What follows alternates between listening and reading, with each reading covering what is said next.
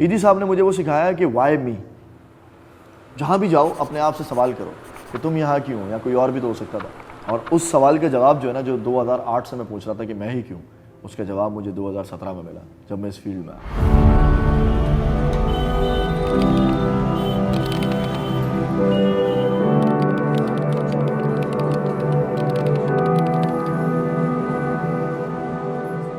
Solution basically इस वक्त पाकिस्तान की वो लीडिंग फर्म है जो तमाम किस्म के थेरेप्यूटिक इक्विपमेंट बनाती है, जिसमें आपका फिजियोथेरेपी आता है, ऑक्यूपेशनल थेरेपी आता है, सेंसरी इंटीग्रेशन आता है, प्ले थेरेपी है, लाइट थेरेपी है।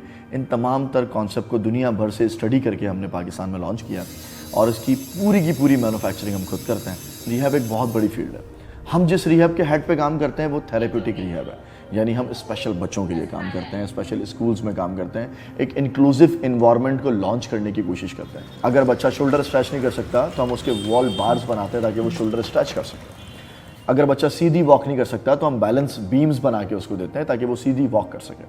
अगर बच्चा अपना लोड नहीं पकड़ सकता तो हम उसको सस्पेंशन देते हैं छत से ताकि उसको हम हार्नेस डाल के उसका लोड पकड़ सकें।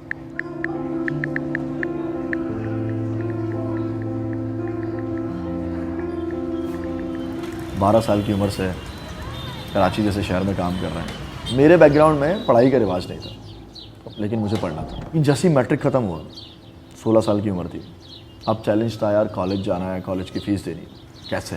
तो मेरी वेदर रोड पे आपने वो देखा है ईदी फाउंडेशन टावर पे, वहाँ लिखा हुआ था पढ़े लिखे लड़कों की ज़रूरत है। मैं वहाँ गया और उन्होंने मुझे फैसल भाई से इंट्रोड्यूस करवाया। इवन दो कि एक ऐसा वक्त हमने देखा जब हम एम्बुलेंस में होते थे, लाशें उठाते थे, एक ऐसा वक्त देखा जब अगर किसी का प्यारा घर नहीं आया ना काम से तो वो सीधा सर्द खाने आता था, मर गया होगा। ईदी साहब ने मुझे वो सिखाया कि वाई मी। जहाँ भी जाओ अपने आप से सवाल करो कि तुम यहाँ क्यों, या कोई और भी तो हो सकता था। और उस सवाल का जवाब जो है ना, जो 2008 से मैं पूछ रहा था कि मैं ही क्यों, उसका जवाब मुझे 2017 में मिला जब मैं इस फील्ड में आया।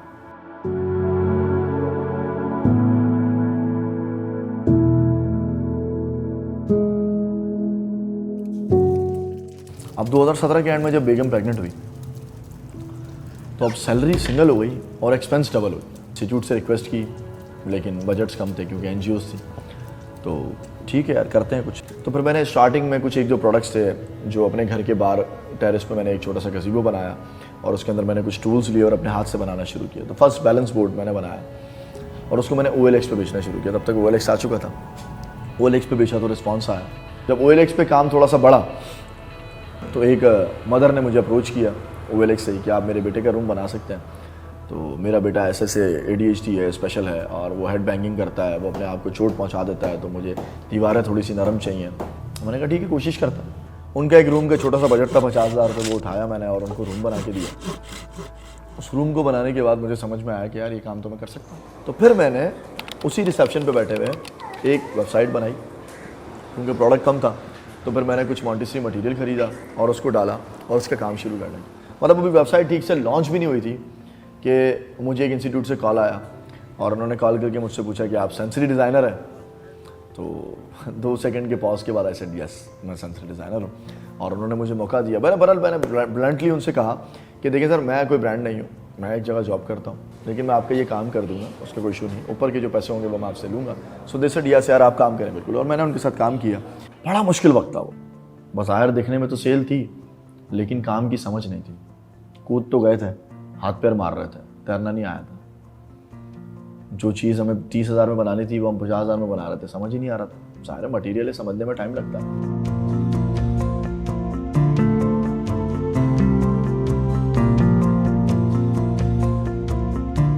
हमारे एक मेंटोर हैं, उन्होंने मुझे सजेशन दिया कि नेशनल इंक्यूबेशन सेंटर है, वहाँ अप्लाई कर। तो सर मैंने फॉर्म खोला और फॉर्म रिजेक्ट हो गया। मैं चला गया उस इंस्टीट्यूट के अंदर, चला गया और उसके मैनेजर से जाके मैंने बात की और मैंने उनको अपना पूरा स्टार्टअप अपनी ज़बान से ब्रीफ किया। मैंने सर ये करता हूँ मैं।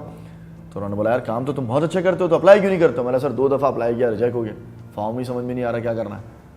तो कह रहे हैं अच्छा लेट मी हेल्प यू। तो फिर उन्होंने गाइडेंस दी और उनकी गाइडेंस के बाद जो है वो फिर मैंने फॉर्म भरा, अल्लाह के लिए सेलेक्टेड। और सबसे जो बेहतरीन फ़ायदा हुआ ना मुझे कि जब मेरी बेगम दूसरी बेबी के साथ प्रेग्नेंट थी और मुझे बेबी सिटिंग करनी थी। अब बेटी को लेके, क्योंकि अच्छा ऑफिस तो था नहीं कि बेटी को लेके कहाँ जाए, कारखाने में तो नहीं लेके जा सकते बेटी को। 4 से 6 महीने मैं कंटिन्यू बेटी के साथ NIC कराची में बैठा रहा और मैंने उमर को ईमेल लिखी थी और उमर ने मुझे अलाउ किया था कि यार व्हाई नॉट, और उसकी वजह से मेरी अपनी बेटी के साथ जो केमिस्ट्री बिल्ड हुई ना, उसको नोबडी कैन बीट। और उनके जो एडमिन है उनके साथ में बैठा और बहुत सारी चीज़ों को हमने समझना शुरू किया कि how to create a brand. फिर वहाँ बड़े बड़े क्योंकि ब्रांडेड लोग आते हैं, वीसीज आ रहे हैं, एक इन्वायरमेंट है और नेटवर्किंग बहुत अच्छी है। तो जब स्टार्टअप्स के साथ डिफरेंट में बैठा तो कुछ बहुत सारे ऐसे स्टार्टअप्स हैं जिनके ब्रांड बन चुके थे लेकिन वो कर कुछ नहीं रहे थे। तो उनसे मैंने सीखा कि ये ब्रांड बना कैसे है।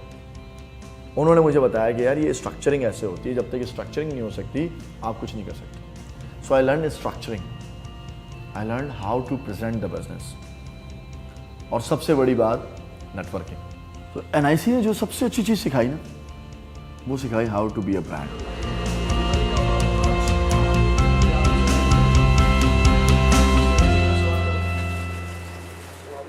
लेट्स से कितना मजा आया कि कुछ अरसे बाद आपके पास एक ऐसा एक्सेस मौजूद हो कि आप उस पर क्लिक करें और आपको पता चले कि कौन से शहर के कौन से एरिया में कितना ऑटिस्टिक बच्चा है। Can you imagine?